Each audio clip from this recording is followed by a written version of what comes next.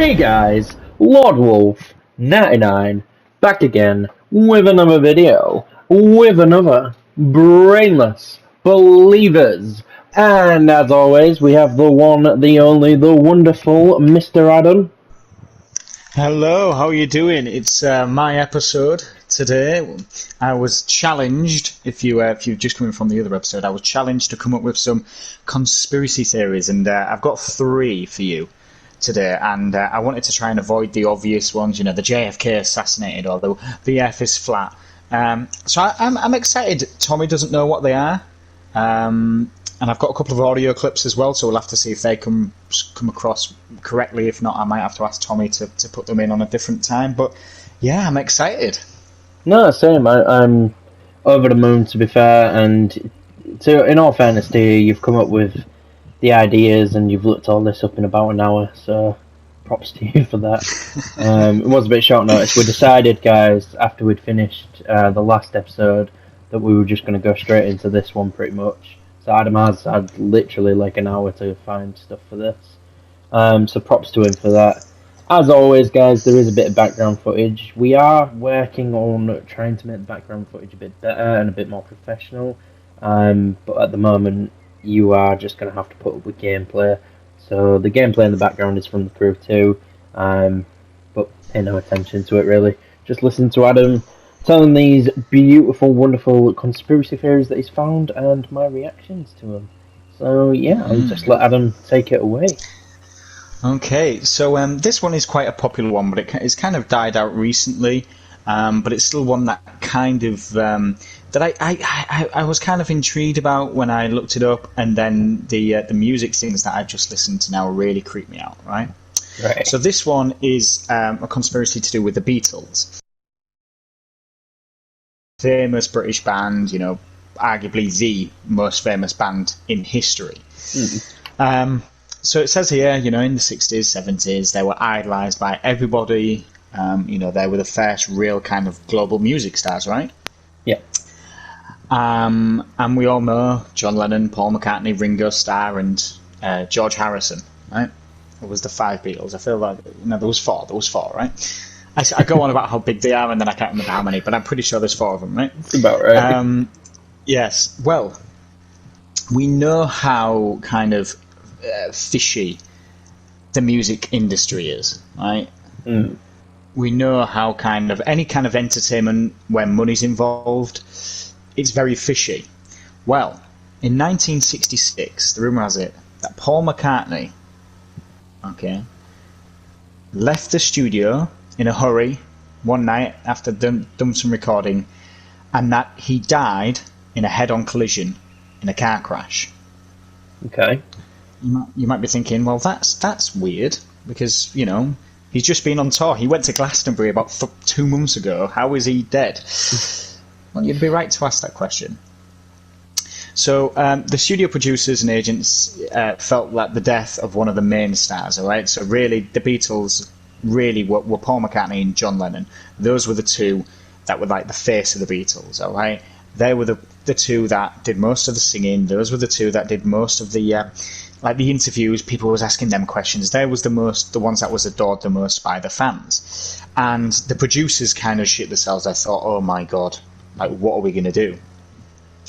And so the band, after this had happened, after they'd been told, the band and the studio producers and all the agents and everything, all the people involved, sat around and, you know, thought of something. Are they going to carry on the band as a three and all these different things? And they thought that would be a bad idea, because whenever the Beatles then performed, everyone would be talking about Paul McCartney and the fact that he's not there.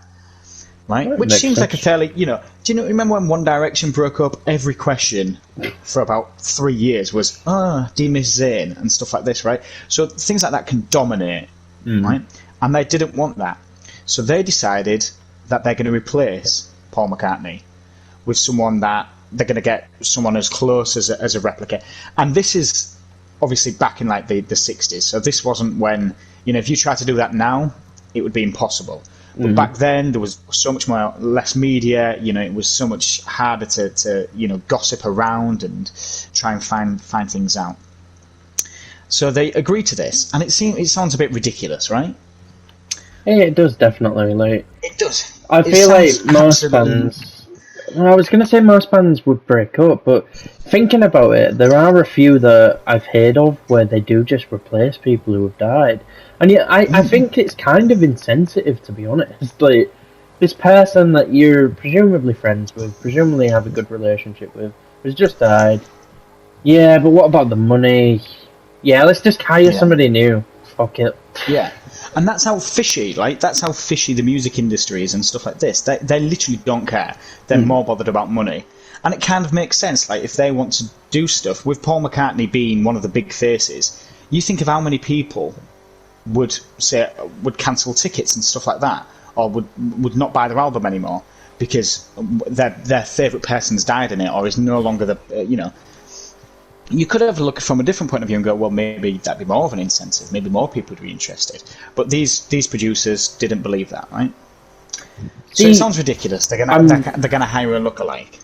Sorry to cut you off. I'm just reminded of a conversation we were having a couple of weeks ago when we were just chilling on a game, and we were on about like authors and when they die, how they might release like a book that they might have been working on and stuff, and we were on about sales and things like that, and I think you said like, oh, it's nice for the people to get like one last look at them or whatever, but I don't know, it's just, I don't know, it seems awful to me to cash in on somebody's death, like it's a terrible thing.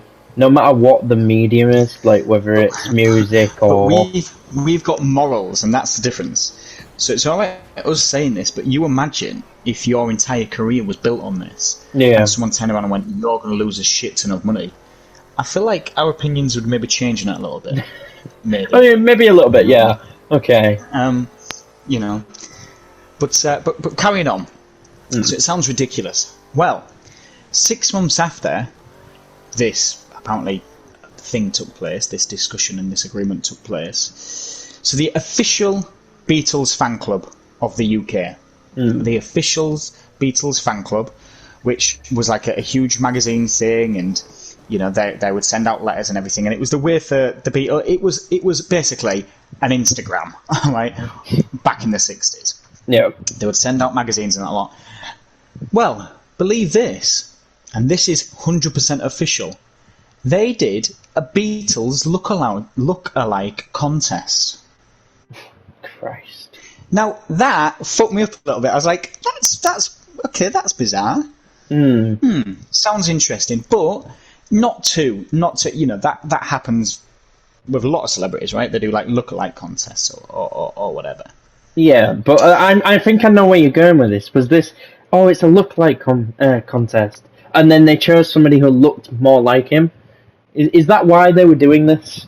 Like, to hold this contest, find somebody who looks like him and just hire them. It'll be fine. Nobody will know the difference. That is the belief, right? Jesus Christ. And they found someone that looked like Paul McCartney. Yeah. And also, the Beatles, during this time, cancelled their tour of America. And they didn't give an explanation for it. Which, again, seems bizarre. Tour of America, a British band, hugely admired in America.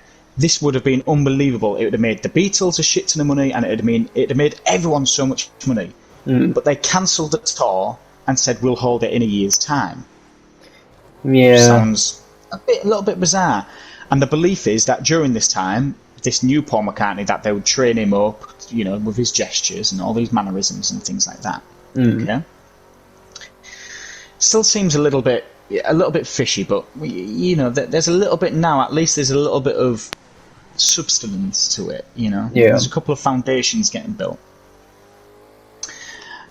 So this all happened. They carried on playing, and there is actually pictures out there of some people who, modern day pictures out there, who look at Paul McCartney like in like the early 60s and look at him like after this was meant to happen, and there's a couple of like differences. So like some people, like they notice his jaw looks a little bit different, or his ears, ears, they say, about certain things about your ears, like they don't change or they change in a certain way, and that like something like his earlobes were completely different or something.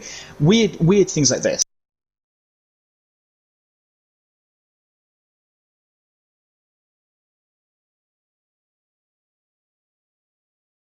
Can I just clarify, because I think I'm getting lost a little bit here. So you said that he died in a car crash. I have no idea about the Beatles. I've never really liked them or followed them or anything. Yeah. Did he actually die in a car crash, or are you saying that this is the conspiracy theory that he supposedly died in a car crash and then they replaced him, and people have noticed differences about him, which lead to this theory? So the theory is he died. That Paul McCartney died in the car crash. Yeah. He officially died in the car crash. But the Beatles and the producers and that lot wanted... They didn't want it to seem like Paul McCartney died.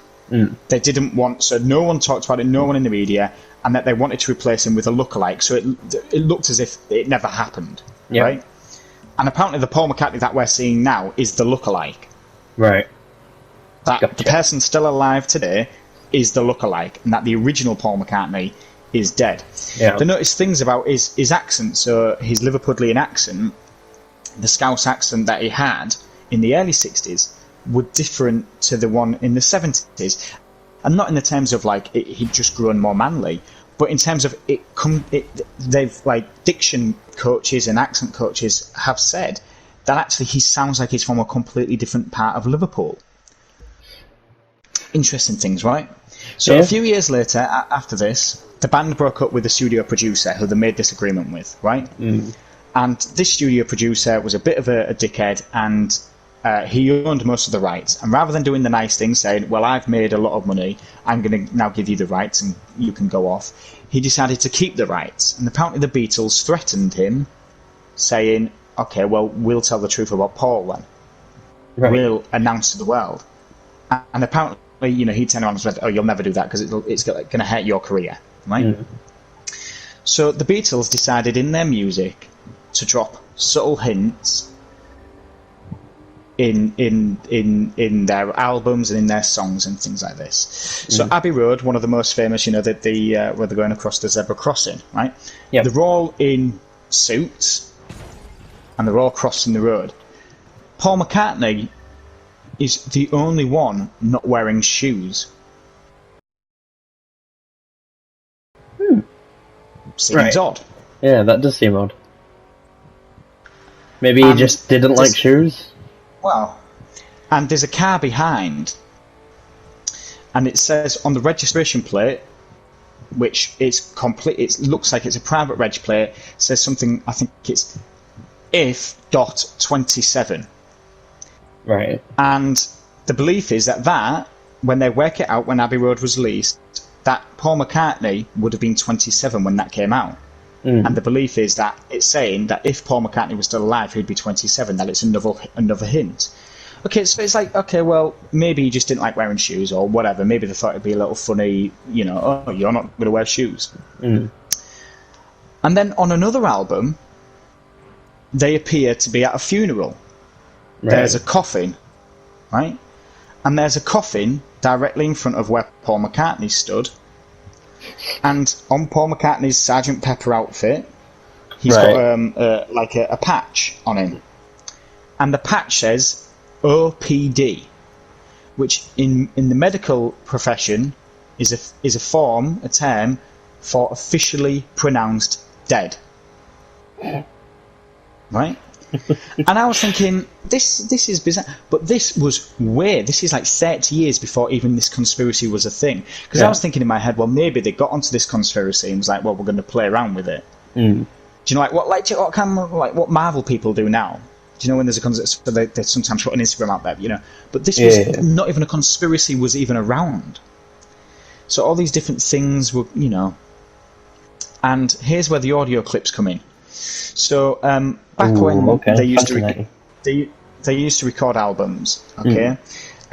Now it's single, they edit it, and then put another single, edit another single. Like back then, they didn't really have that thing, so they would do a studio, or what the Beatles did, they'd do a studio, like a live performance basically, and so you can, and they wouldn't edit it, so you can basically hear them speaking a couple of things before the next song, right? Right. So almost like a concert basically, but they're in a studio and they're just singing into microphones because they didn't have the capabilities to chop and make all these different things. So this one here is one of the songs, and John Lennon turns around and goes, "Bonsoir, bonsoir, bonsoir.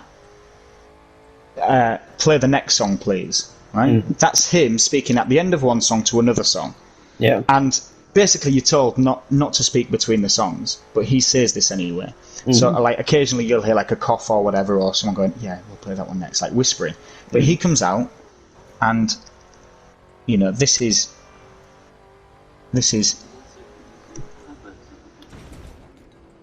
could you hear any of that? It was really quiet. Can you play it again? Really quiet. Right, hang on. Let me try again.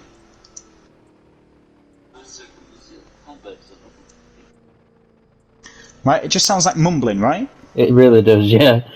Yeah. But listen to this when you play the recording back.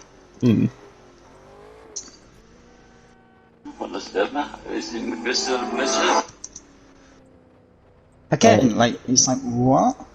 Yeah, what does that say? Like, so the saying is, Paul is dead man, miss him, miss him, miss him. You ready? Go on.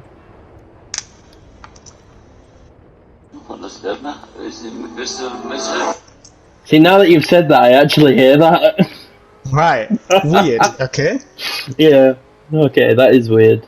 And that's not the only one. Oh Christ! Right? Go on. So we've got a few more going on here. So this is in a song called Revolution 9, and what I'll do, I'll play it forward and then play it in reverse. Right? Yep. Number 9, number 9, number 9, number 9. So that is the intro to the song.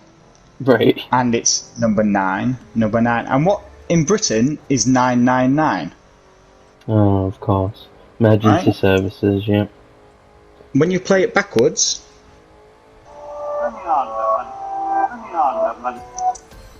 Go on, Turn me on, dead man. Play it again, so that I can actually work it out this time. Right? And this is the new Paul McCartney saying this.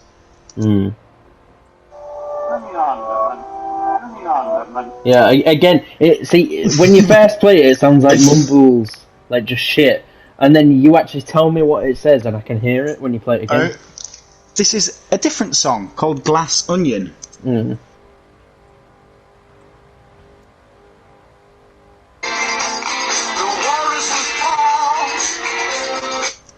The Walrus was Paul, right? Right. That's it forward. Backwards.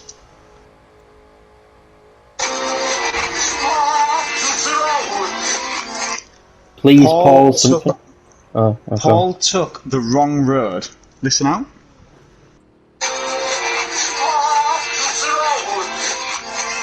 Yeah, I heard Paul took the, and then the wrong part. But even the fact that but when you play it backwards, the fact that it so clearly says Paul. Yeah. Paul took. I heard Paul took the more than anything. Yeah. Right. We've got a few more for you. The famous song, arguably the most famous one, "Let It Be."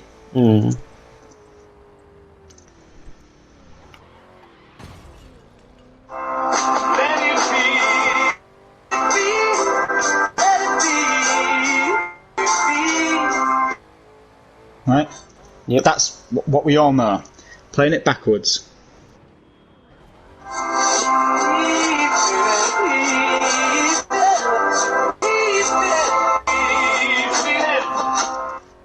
He's been dead. He's been dead. He's behead. Christ, go on. Want to hear it again? Yeah.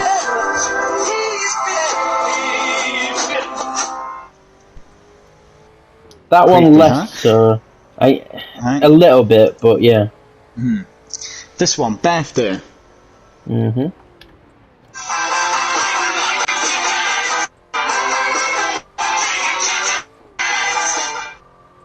Playing it backwards.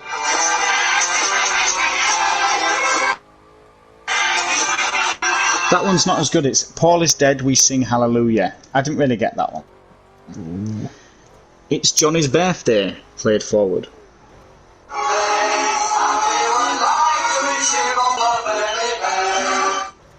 That was forward.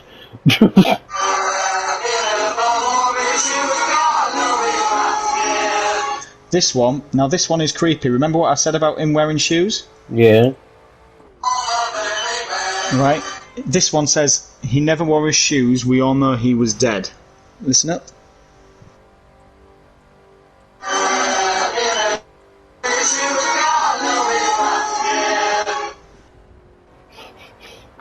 That one sounds obvious to me. And I think this is probably the final one. Real Love, I believe it might be the final one.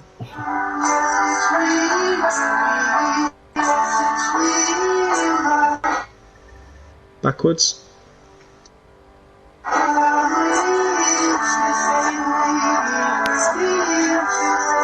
We used to sing with you, we used to sing with you. One more time.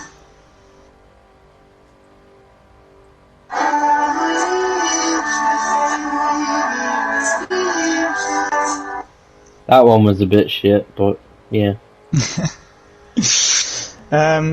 So what are your thoughts about that? I think it's a load of bollocks. I don't know. It's cool, the reverse song thing. It is cool. Like it reminds me very much of that Simpsons episode. The join the Navy. It reminds me very much of that, which is cool. It's very cool, but I don't think there's any truth to it. Yeah, no. Well, they did ask the Beatles about it. Right. John Lennon a couple of years before he died. And he said it's the stupidest thing he's ever heard. Yeah. And Paul McCartney said that if I was dead, I'd be the last to know. Fucking. So that is their opinion on it. But a lot of people have tried to debunk it, and but nonetheless, there is a couple of weird things about it, and whether you believe in it or not, I don't necessarily believe in it. I just think there's a couple of weird coincidences that line up with that theory, yeah, for sure. But I don't know. Right. I feel like as well, if I was a musician, I would purposely want to fuck with people. Like I'd purposely put something in my song that sounded like something when played backwards, just to fuck with people. Yeah. Well, there's a lot of in a lot of like rock and roll bands. There's a lot of like devil worshipping when you play it backwards. Yeah. And stuff like this, which purposely there'll be writers out there that will probably sit for an entire week making up lyrics and then playing it back and then listening out, purposely trying to do something, and then we'll send it off to the band and say, can you sing this, without the band knowing what it means backwards. Yeah, probably. Now we're going to move a bit spiritual for this one. Right. And this is, and I was kind of talking to you about this one another day, and it's the Jesus bloodline theory. Right. Instantly, I know you're not a religious person. Yeah. But just keep your religion and the fact you don't believe, the Bible and stuff is real. Put that to one side. And, right. So we all know, like, the Bible that we read nowadays is just modern translations. And we know it's been edited and translated God knows how many times. Literally, God knows. And we all know that. We all know the Bible that is being told and that is preached to us now is a highly edited version of ancient scriptures. Yeah. Okay? I mean, it has to be, because it's in English, and ancient scriptures certainly weren't in English. Yeah. So, in the very early scriptures, the earliest human civilization knows, they talk about Mary Magdalene. And they talk about how Mary Magdalene is this really well-respected, intelligent woman, and that she was one of the closest confidants to Jesus Christ. And Right. there's even remarks and hints in the original scripture hinting towards Mary being his wife. There's lines such as they had the closest of connections, desire of togetherness, and even they kissed on lips.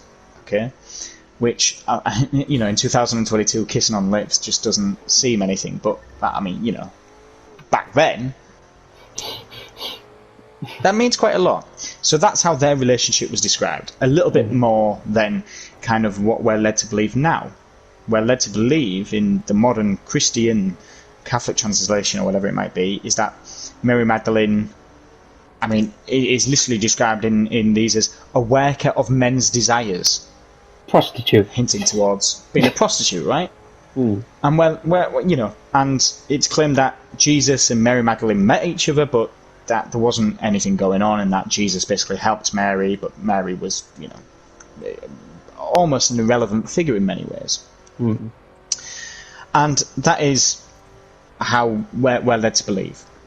So in early Christianity, the leaders of the religion and of the churches, they did not want to feel that women were on the same level as men. Okay, they really, really did not want women to feel empowered in any way, shape, or form. So the heads of the churches, the priests, all these different things, were men, and nuns were all women, right? And they were the ones that were not allowed to have any happiness. They were devoted. They were married to God, because God was never married, right? And Jesus and that lot was never married. Mm. And that's why they're devoted to God, they're devoted to Jesus Christ. They're Jesus Christ's wives. Mm. So the belief is that, I say modern day, and I mean hundreds of years ago, but it's still fairly modern day, Right. is that the Christian Bible changed with the relationship that Jesus and Mary had. So that, it didn't seem that Mary was a very powerful person. It didn't seem that Mary was a confidant. It didn't seem that Jesus and Mary had more of a relationship than, is led to believe. Mm. And that is fine. It goes against the early scriptures, but okay. Now, I told you about Leonardo da Vinci and my obsession with this guy. Right? He is just an intelligent. People just think he's a painter, but he's so much more. There's designs of helicopters in his. It was brilliant. It was fucking wonderful. Unbelievably guy. One of his most famous paintings was The Last Supper, right, which shows Jesus sat around the table with loads of people, right, and they're all men. Okay, they're all men around this table. Mm-hmm. And there is one, however, character in it that is sat next to Jesus and has a completely different facial structure. Their hair design is different, and their body, just how their body presents itself in terms of everything looks slightly more feminine. Right. And when you compare it to when Da Vinci paints women, they look very similar. And this character really, really stands out. The character, now when you look at the painting, it's all formed in an order, right? They've all got the place. You can literally make a grid, and every grid is basically taken up by somebody standing up or sat down. Apart from one, which is to Jesus's side, where there's a gap, right? And then there's Mary. And Mary's leaning over, but it looks odd. It looks bizarre. She's like leaning, and then Jesus is like looking down, but it looks a little bit bizarre, right? Yep. Now, Picture popping up, guys, just so that you can see this.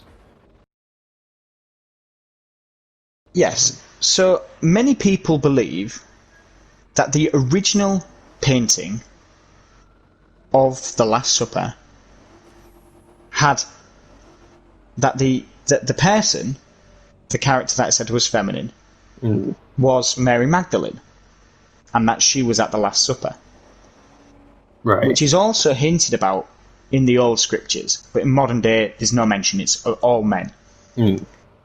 And the belief is that Mary Magdalene is actually leant and resting on the shoulder of Jesus. And Jesus looking down and consoling, right? He's got a sad look on his face and is consoling Mary. Yeah. Now, that isn't what the painting is. But if you reposition Mary, it fits perfectly. That Mary is resting on the shoulder of Jesus, and Jesus is looking at Mary in a, saying, almost as if like a consoling, it'll be all right, it'll be fine. And the colours, Leonardo da Vinci in his paintings, really, like, colours were not just something thrown in, he would purposely pick colours. And the colours match perfectly. Right. Like, it's the exact match. So the belief is that this painting, over time, had been edited. That they started to realise that Da Vinci had a lot of followers, that a lot of people like his work, so they needed to edit it. And scientists have even come out and have said the painting has been edited and changed several times, right? And people come out and say, oh, it's because, it was damaged and things like this. And there was a 15-year period where the painting is put up on a wall at the minute, but was originally in like on the side of a building, and they actually took the painting down. It's a massive painting. They took the painting down for 15 years, and they said that it was damaged, and then it came back with a fresh lick of paint. See, I'm just looking obviously for the edits. I'm looking at pictures to go along with this, and I've actually found one of what you're talking about, of Mary, like, resting on the table. And how much does it fit? It really does. More so than the other one. Like, I'm looking at both.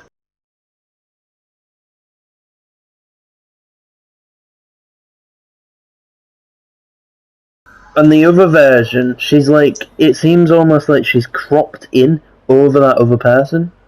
Isn't it? And have you noticed that, like, the gap doesn't make sense around Jesus? Yeah, it really doesn't. Like every bit of the Last Supper, and then there's a huge gap. Yeah.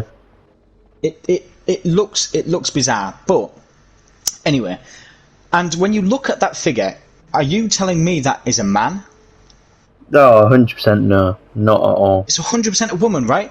Well, there's writing underneath this painting, and it's of who's in the picture, and that is meant to be John the Baptist.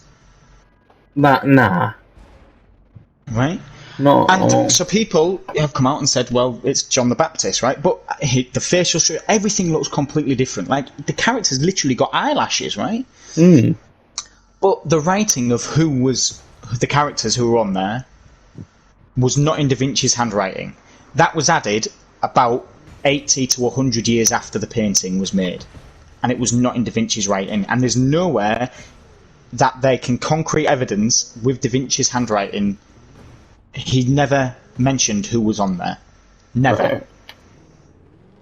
So the belief is that all these things had been edited. Yeah. Okay. And even scientists have backed it up. Scientists have said, yes, this painting has been edited. But a lot of old paintings have been edited. But this, to me, it looks bizarre. And Da Vinci, like I said, Da Vinci was a very, very clever person. And he knew a lot of shit that was going on. So the theory goes that Mary and Jesus got married and they had children, meaning that there is still a bloodline of Jesus around today. And the Christian church did not want them to believe that there was any relatives around, and also that they wanted any kind of hints towards Mary being a strong individual figure. They wanted to get rid of that as well, because they felt like it would empower women. And that any kind of scripture, artwork, anything to do with that had been massively, massively covered up. And that's the theory. What do you think of that? Putting your bias aside of religion.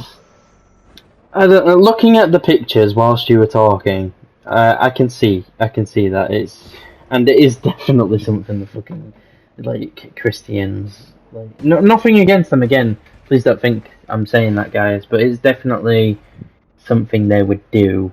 Like, a lot of religions try and whitewash history.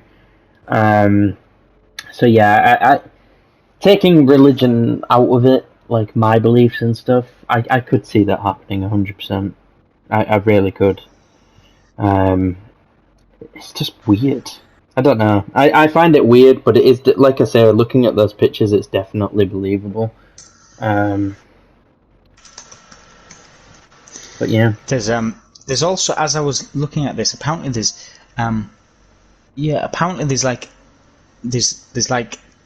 definite proof of the fact that it's been edited. Apparently there's there's a knife in there, and that there's a hand that just appears from nowhere that doesn't have a body matching up with it, and all these different things, which just makes it seem like the whole thing has been edited. Yeah. And Leonardo da Vinci put so much effort into his paintings to get it precise. You know, like the Vitruvian Man and the Mona Lisa, like things that still experts nowadays are still trying to look into and capture how we managed to do it. Yeah. And to me, that what we're seeing now of the Last Supper goes against a lot of what his rules were to do with artwork. You know, everything needed to be precise, everything needed to have its place, and that the modern day doesn't look. It looks like it's been edited because there's a gap, an unnecessary gap there. You know. Yeah. But yeah. So overall, it's a pretty interesting one, and I'm a stickler for anything to do with Da Vinci anyway. But, of course, yeah. I mean, you have been raving about him quite a lot recently, to be fair. Yeah. But yeah. Now, right. I said to Tommy, oh Christ, that the third one is somebody that we like. Sorry, before you go into that, I'm still looking at images for the Last Supper, and one's just popped up, and it's like an alien in the middle of it, and it's like the Last Supper decoded. Oh my god! Right. Like a big red circle, as if like some literally a big white circle around some like weird alien figure. It's crazy. Yeah. If I said to you, Tommy, who is the greatest writer in history? Are you referring to SpongeBob?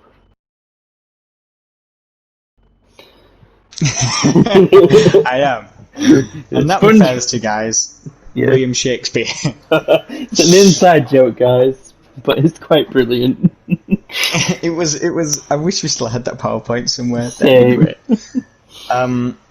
Now, William Shakespeare.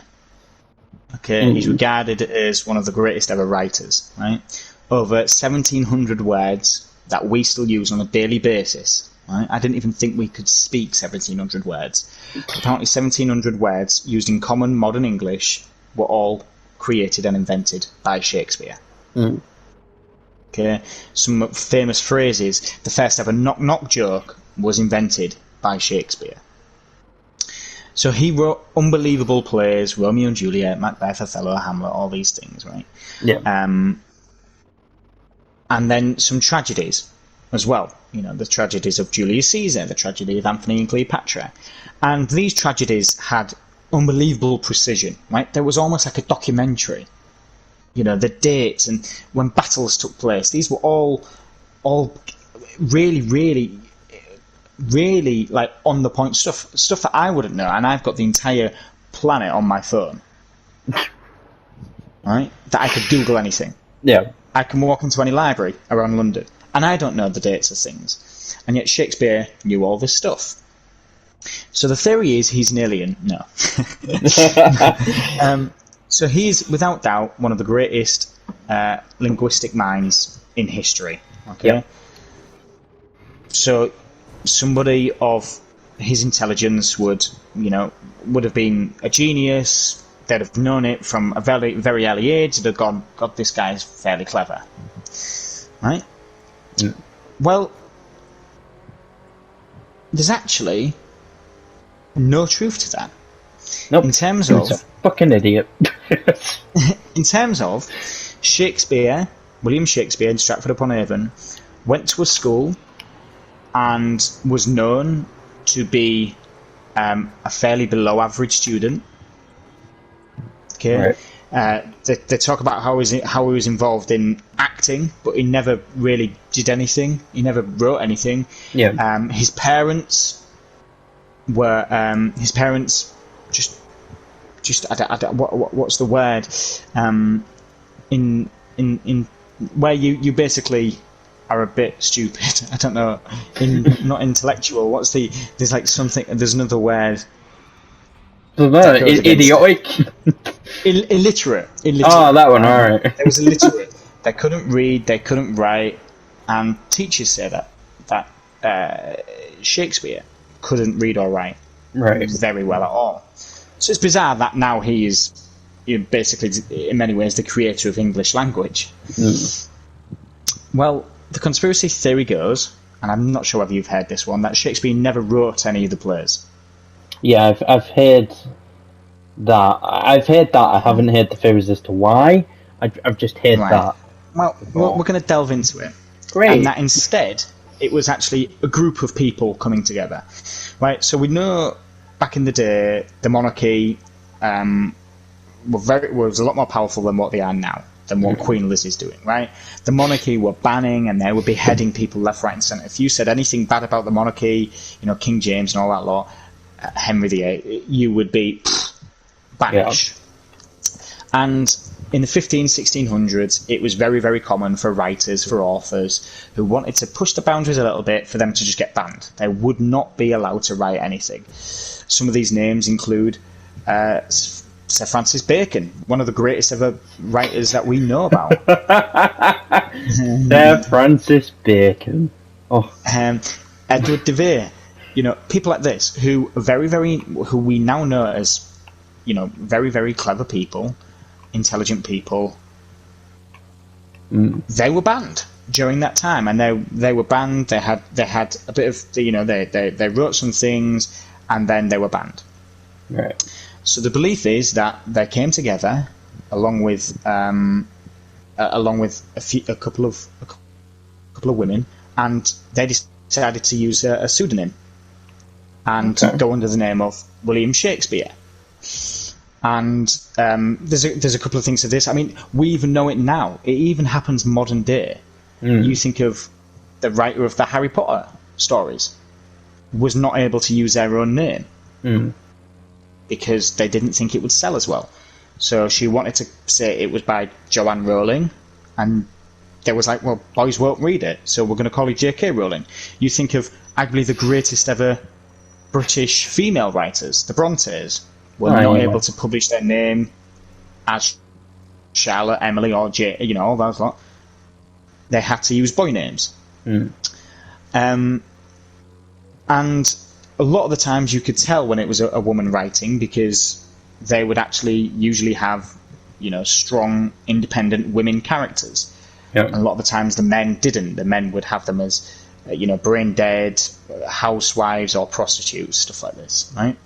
And actually a lot of Shakespeare writings, there's a lot of very strong women in them, There's also a lot of, weak women, but there's a lot of weak men as well. And there's a lot of, when you read his plays, a lot of them are actually very strong feminist plays. And have got strong women characters.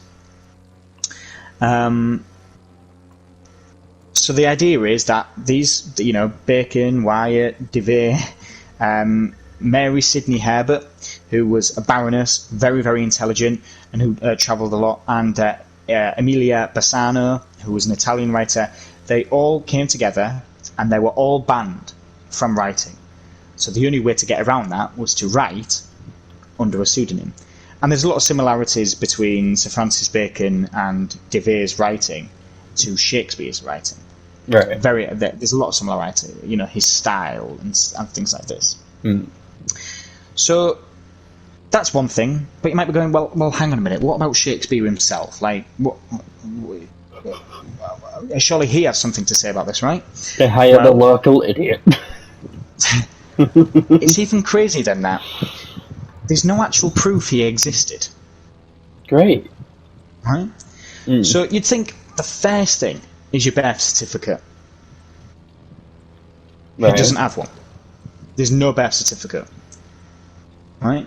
So there's birth certificates of that time period around Stratford-upon-Avon, which is a very, very small place now, but even back then it'd have been even smaller, right? I've been to Stratford-upon-Avon.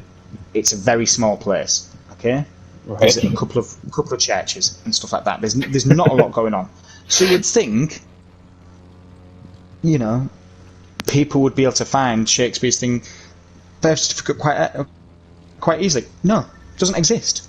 The only thing from early childhood that exists is a certificate of a William Shakespeare being baptised. Right.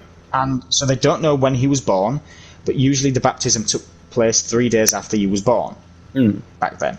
So they just assume that was his birthday and then his baptism. For all these notes about teachers talking about Shakespeare, well, there's no documentation of Shakespeare in the school history, in the archives. There's no papers that Shakespeare has written, no exams that Shakespeare has written, nothing. Right. Not even on the wooden tables has Shakespeare wrote his name, like all the cool kids do. So there's nothing like that. Shakespeare as a cool kid. Yeah, it was like Bart Simpson. Yeah. Right?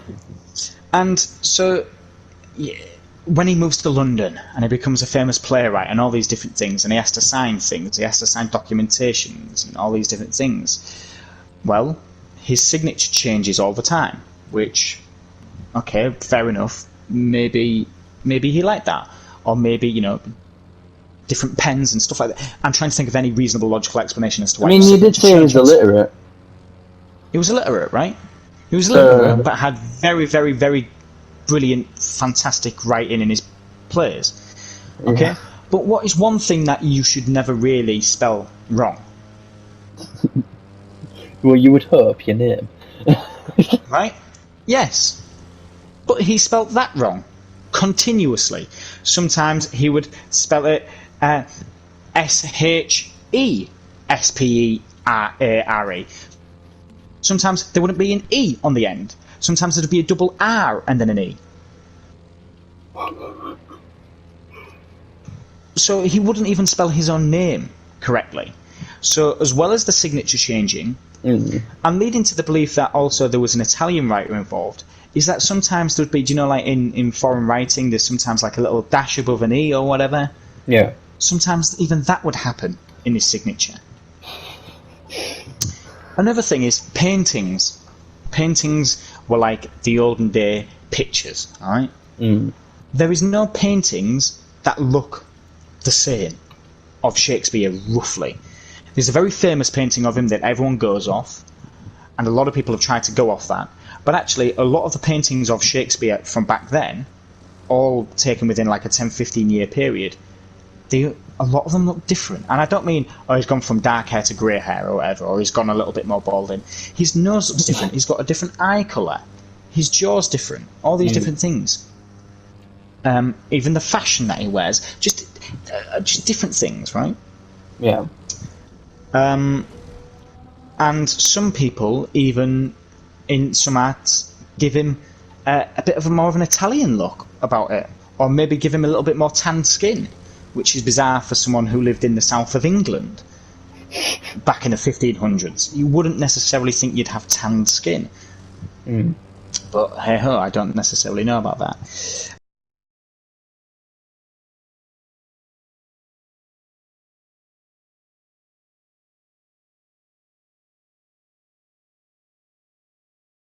And then on his gravestone, I'm translating now, because I'm not going to speak Shakespeare to you, but I'm translating, and it says basically, if you try and dig these bones, there will be a curse put on you.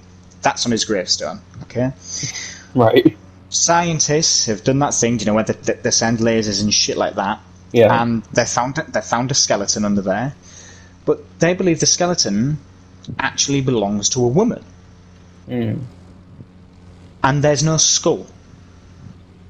Now, the obvious thing is, well, the skull was stolen, right? Ironic because of Hamlet. But that doesn't explain the rest of the skeleton. Maybe the skeleton was stolen, so they had to just bring in another skeleton. But it's very bizarre that, first of all, the gravestone would say, don't get my bones, don't try and dig me.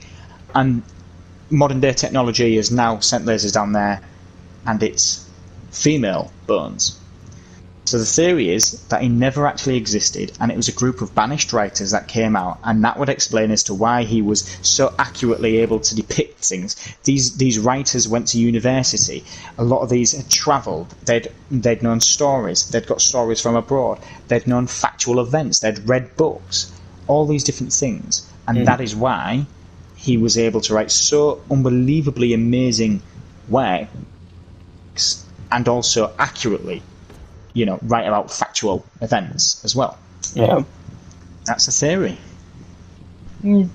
That's a good theory, but I don't know if I put any stock in it.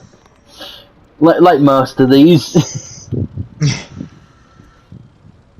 But I don't know, I like the theory. It's not the worst theory I've ever heard, and I don't know. It's definitely got an air of interest about it. And that's all I've wanted from these. Like, again, I don't believe in these. Okay, I think actually probably the Da Vinci one is probably the most one that I believe in the most. And I'm not saying I believe in it. I'm saying, there does seem to be something weird going on. Yeah.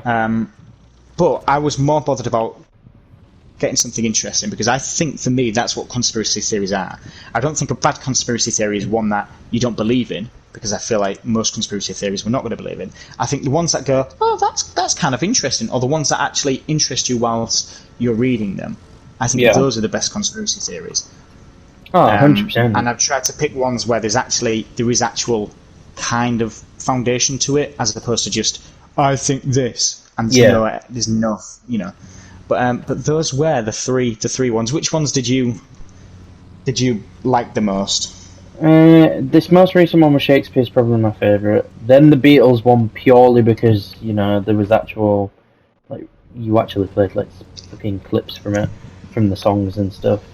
I found that interesting, even if I did think they were bullshit. I found that interesting because at least there was some sort of proof there to back up the theory.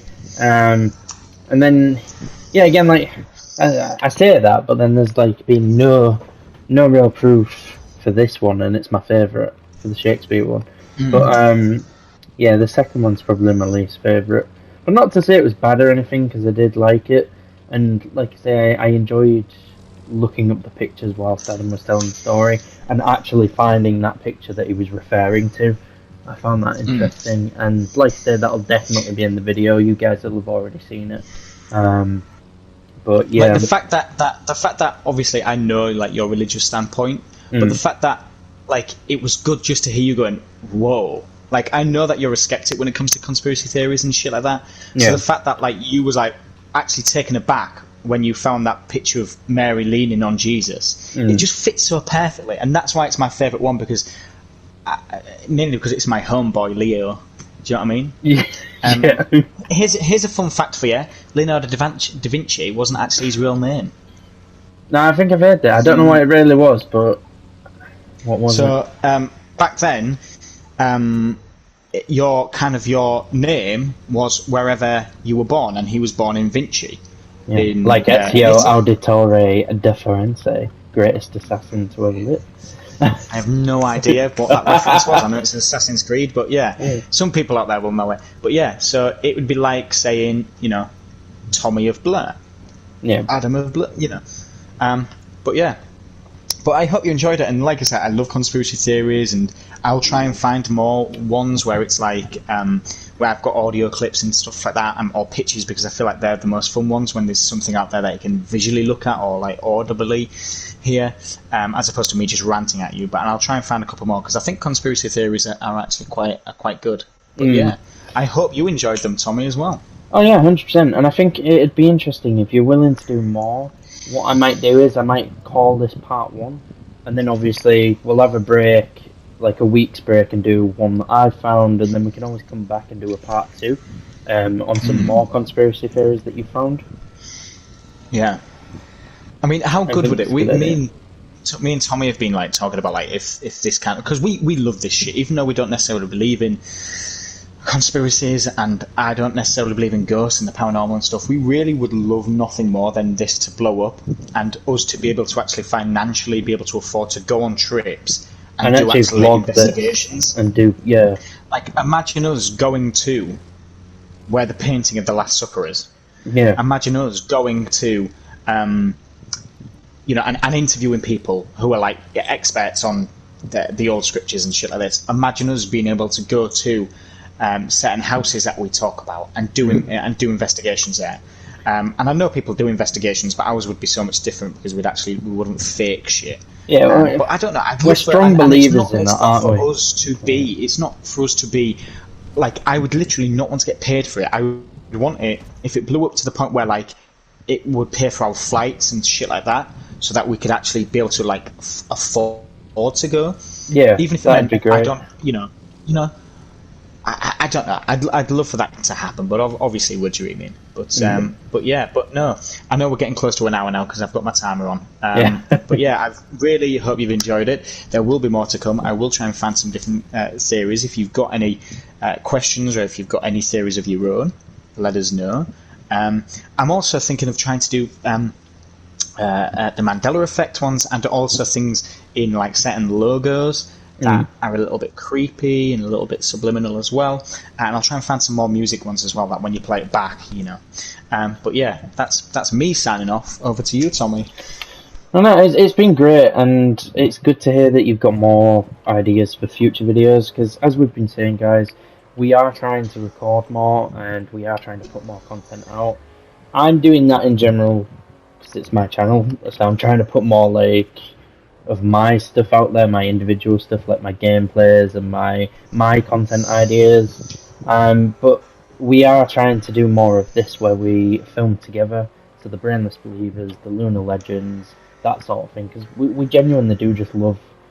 I don't know, we just enjoy sitting and talking, really, don't we? And it fits perfectly for the podcast type of idea and type of vibe. So yeah, we genuinely love it, and we do genuinely want to put more content out. So like I say, it's great to hear that you've got more ideas. And yeah, my turn again to come up with something for next week. And I think what I want to do is we definitely need to coordinate this. But I want to be able to get to a point where we've got a few of these recorded in advance. And what I'll do is I'll schedule them to go up on a Saturday. Because I believe that was the original plan, but we never got round to it. But I would like it to be a weekly thing. So, we've got two now. One of them, the one that we filmed earlier, is currently being uploaded. That is technically a Saturday night. And then I'll edit this one and I'll post it for scheduling for next Saturday. But I would like to do that if you're up for it. Get a few recorded in advance and then do it once a week. 100%. No, that'd be sick. So no, it's nice to have a bit of a schedule on the channel, guys, as well, for some content. It's nice. So that if anybody does, if the series picks up a bit of traction and people actually come to the channel to watch it, they know when it's going to be up, and they're not just waiting around thinking, oh, well, are they going to upload this week, or is it going to be 10 months again? But yeah, that would be nice for anybody who genuinely likes this content.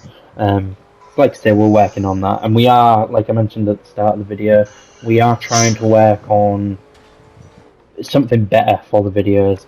Like, the gameplay is not the worst, but I would like something a bit more serious and a bit more professional for the backgrounds of these videos, to be honest. But yeah, we're working on that. It might be a while before we get something like that started.